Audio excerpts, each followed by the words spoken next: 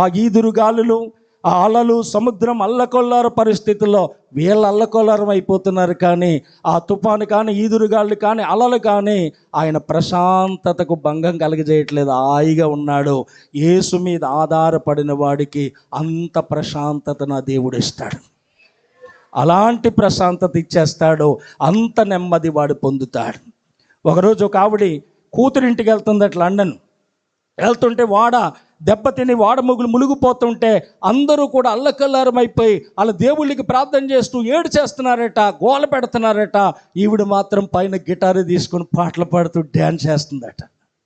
Dance చేస్తుంటే అధికారి వెళ్ళి అడిగాడట, నీకు బాధ లేదా, నీకు చింత లేదా, మునిగిపోతావు, 10 నిమిషాల్లో చచ్చిపోతావు.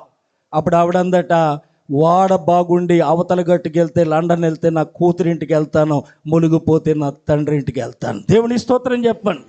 మునిగిపోతే నా తండ్రి ఇంటికి వెళ్తాను, అవతలకి వెళ్తే నా కూతురింటికి వెళ్తాను. నాకెందుకు చింత? ఎక్కడున్నా నా దేవుడు నాకు ఆశ్రయమై ఉన్నాడు.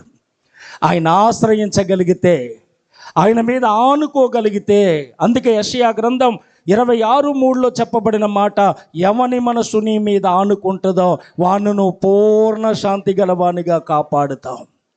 ఎలయనగా అతడు నీ యందు విశ్వాసం ఉంచి ఉన్నాడు. అవునండి ప్రియులారా.